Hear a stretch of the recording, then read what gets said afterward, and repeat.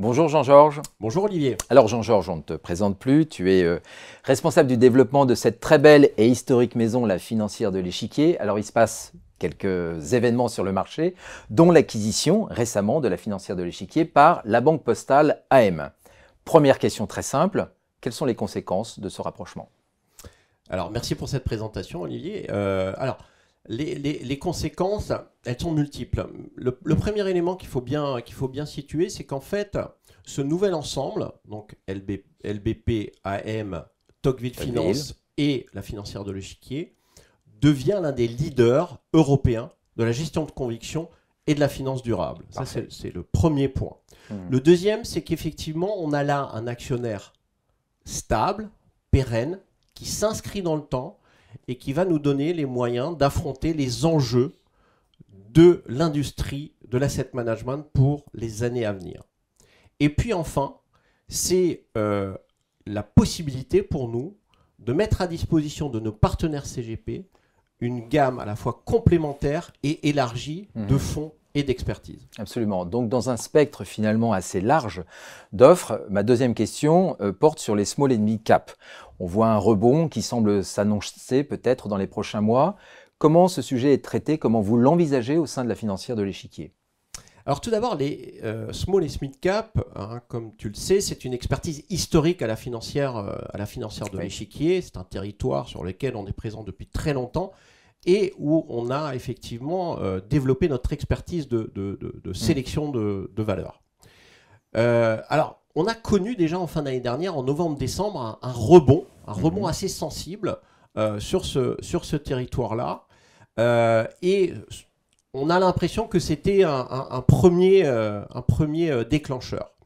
Mais c'est vrai que maintenant, depuis 3 ans, ce territoire des small et mid est vraiment en retard en termes de valorisation par rapport au large cap. C'est même une différence relative par rapport au large qui est historiquement à un niveau qu'on avait rarement vu sur ces 20 dernières années. Et donc, c'est là où est effectivement l'opportunité. Et on pense que la baisse des taux va être un catalyse très favorable à ce territoire des small et mid, sur lesquels effectivement on pense qu'il y a un rattrapage important qui aura lieu sur 2024 et les années à venir. Donc des opportunités. Une autre conviction? Alors une autre conviction, et c'est une conviction qu'on a depuis très longtemps à la Financière de l'Échiquier, c'est bien sûr les large cap internationales, avec un fonds qui s'appelle Échiquier World Equity Growth, que nos partenaires connaissent bien. C'est un fonds action international. Peut-être les particularités de ce fonds, c'est un fonds qui est extraordinairement concentré avec 23 lignes en portefeuille et un fonds qui fait preuve de beaucoup de mobilité. Peut-être juste un exemple pour l'expliciter. C'est un fonds qui a été très présent sur les actions chinoises jusqu'à mi-2021 avec une pondération qui allait au-delà de 20%. Et en juillet 2021, depuis juillet 2021, il n'y a plus une action chinoise en portefeuille. Donc on voit bien cette capacité à être très mobile sur les secteurs géographiques, mais aussi sur le positionnement des différentes valeurs au sein de ce fonds. Alors toujours dans ce spectre assez large, autre question sur l'intelligence artificielle et les valeurs liées à l'intelligence artificielle, domaine où la Financière de l'Échiquier s'est distinguée ces derniers temps. Ma question est très simple, est-ce qu'il est encore temps d'investir dans l'intelligence artificielle? Alors nous, et si oui, au travers de quel fonds? Pardon. Oui. Alors nous, on en est évidemment absolument convaincus parce que finalement, le fonds Échiquier Artificial Intelligence qu'on a lancé maintenant en juin 2018, donc on a presque maintenant 6 ans d'historique de performance, mais en même temps, on a l'impression que sur cette thématique, on est finalement qu'au début de l'histoire encore. Et l'arrivée de ChatGPT en novembre 2022 a été finalement un peu un changement de paradigme. Ça nous a permis à tous, à tout le monde, de toucher du doigt la puissance de calcul et la puissance de cet outil.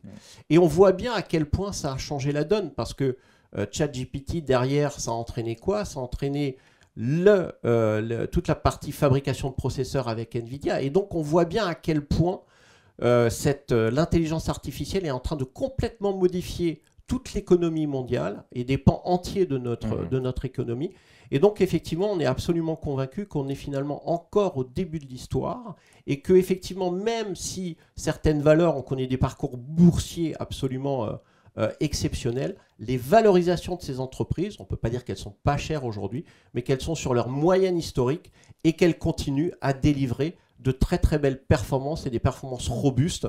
Donc on est vraiment convaincu qu'on a encore beaucoup de valeur à aller chercher sur ce territoire de l'intelligence artificielle. Merci Jean-Georges. Je retiens finalement 3 thèmes d'investissement, le small mid cap, les valeurs internationales et le 3e thème, l'intelligence artificielle. Alors j'ai une dernière question, Jean-Georges. Selon toi, Jean-Georges, l'avenir est?